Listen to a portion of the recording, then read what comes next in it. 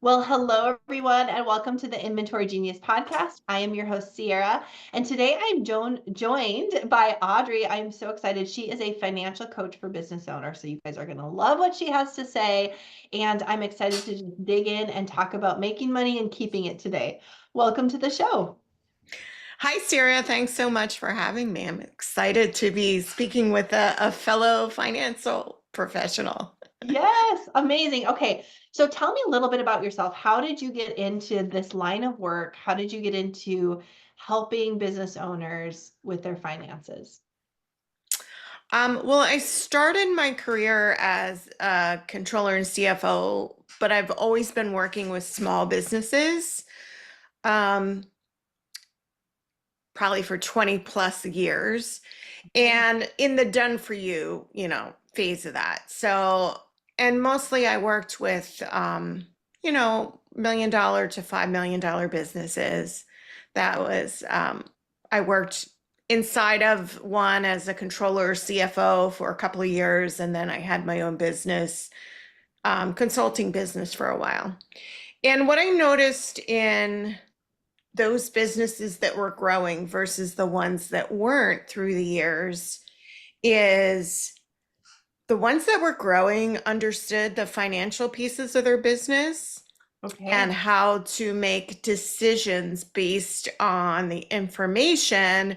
They were always the ones that, were breathing down my neck to get the reports done at the end of the month.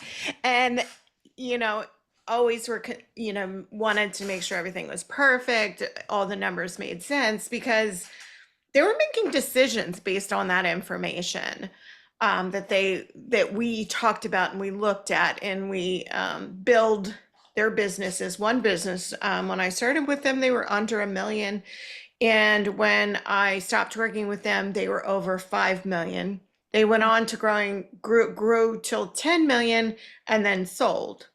I've worked Okay. with other businesses that grew from 1 million or under 1 million to like 3 million and sold, and then from 1 million to 5 million and sold. Like that was the goal, right? To grow Yeah. it to a business that they could actually then sell and essentially retire.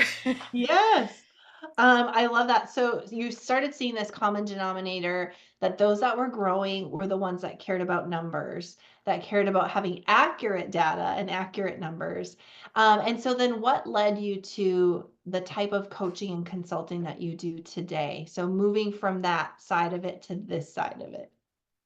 Um, well, I started, especially in women, I started seeing like there's a lot of fear and almost embarrassment and shame about not understanding the financial pieces of their business. And I like to say people get into business because they have a gift, right? They're great at something, and usually it's not the numbers, and the numbers come with it, like it or not. Yes, they come along for the ride. Okay, so I like that. I want to come back to this. Like you helped a couple businesses grow and sell because a lot of people are curious about that. So I want to talk to you in a little bit about what we need to have ready and accurate if we want to exit that way. But first, let's say someone's listening and they are that person you just mentioned that has guilt and shame around, I don't have financials. I don't know. I get financials and I just keep putting them in a file because I don't know what they mean. What kind of hope can we give them? What are some bite-sized actionable steps they could do to move past that feeling of guilt and shame and to build confidence in their business numbers? Um, just start looking at them and releasing any fear or guilt or shame that you don't know. Um, Women couldn't even have a credit card till 1974. And, women business owners were like unheard of until more recently. And now they're coming out in droves. Like I think 40% of businesses are now women owned versus back in the 70s, I believe it was like less than five. Yeah. So it's not that many years. It's like just took off, right? Yeah. Um, so we tend to, as women, often we're the ones that feel like we should know everything, right? We should know this. why don't we know this? Well, you were never taught it, first Yeah. of all. I mean, if you think about it, I know my mom, I grew up in the 70s and 80s. And, my mom, like I said, my mom couldn't even have a credit card till 1974. So she didn't really Right. need to know anything about money. So what was she going to teach me? Yeah. And, Yeah. my parents, they didn't really, money wasn't something we spoke about. We talked about, we understood. So, um, you don't know what you don't know, and you don't know what nobody's ever taught you. And I work with a lot of creatives, and usually that's not part of their education is the Right. financials. Yes. Yes. So when you work with someone, what's the first thing that you have them organize when it comes to their numbers? What's the first thing that you dig into and have them look at? Um, well, most of the people I work with are already in QuickBooks. They'll have, their accounting software. So the first thing actually I work on isn't even the numbers. It's the mindset. It's the Okay, money tell me about mindset. that. Tell me about it. Yes. Because if anything's going to keep you stuck and unmoved, and it's money mindset. And we usually are carrying around money mindset from our childhood. Okay. And your subconscious is formed before the age 7. So I'm also a certified neuro coach, Okay. just to throw that in there, because I saw this money mindset, all this baggage that owners were carrying around with them, and like I wanted to get behind that because it'll stop you in your tracks. Like if you Yeah. have a negative view of somebody who has money or you consider rich, your subconscious brain is going to keep you from ever being rich. You often hear about those people that win the lottery and blow Yeah. it all, right? Yeah. Because I believe because they have this subconscious negative belief around being rich. That could be part of it. Also could be part of they don't know how to manage it, right? There's Yeah. also the strategy behind that too. But a lot of times we're carrying around this stuff that we heard as a child. Money doesn't grow on trees. I work Yes. hard for my money. That was two of the ones that, I grew up hearing. And by me hearing I work hard for my money from my parents, that I interpreted that as you have to work hard for money. Yeah. So that can turn into a workaholic nature. Um, so there's all kinds of things that you're dealing with this lovely sayings that our parents have ingrained in us. Yes. Yes. Yeah, that money mindset is huge. What have you seen is maybe the number one or two lies that people believe about money? Then they wouldn't even know that they're thinking those or believing those, but they're shaping the way that they build their business and grow and think about dollars. Yes. Making money is hard. That's probably the number one thing I hear from entrepreneurs is making money is hard. Um, it doesn't have to be hard, right? Like I work with them and figure out, well, when was it easy? Like getting money for your birthday, that's easy, right? Like you Sure. didn't have to work for that.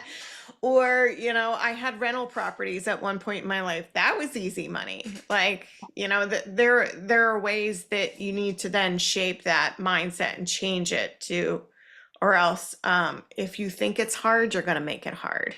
Yeah. And then another one is a negative thing around rich people, greedy, mean, you know, I don't know, fill in the word. Yeah. Um, and the problem with that one too is you also see it in the media. Sure. Yep. So they portray people who have money As always the with, bad guy. yeah, they're the bad guys, right? Yeah. And if your brain, your subconscious brain believes that you're going to be bad, mean, evil, greedy, selfish because you have money, you're not going to have money. Yeah. They're just going to That make you're sure gonna of lose it. your family. You won't have relationship. Yeah.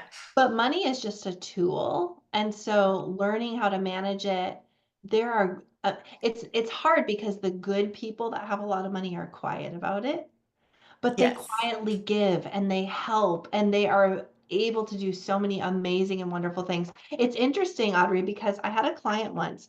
And I work with them all on like, we need to take a paycheck, right? Like you're working, we're not Yes. doing this for free. And she just kept saying, well, I don't need a paycheck. I don't need a paycheck. My husband makes good money. I don't need money. I don't need. And finally, and I knew that there was something behind that. And Yeah. so finally I said, okay, let's say you don't need it. Is there someone in your community who could use money? Oh yeah, for sure. And do you love to? I love charity. And I said, okay, then instead of a paycheck, what if instead we set aside a certain amount that you give back every month? Because we're not going to just not pay you because you air Right. quotes don't need it. Like there's someone who could, and I think she was telling herself a story which allowed her Yes. to stay poor in her business and not pay herself. Would you agree with that? 100%. There was definitely some money minds that I would have loved to dig into there.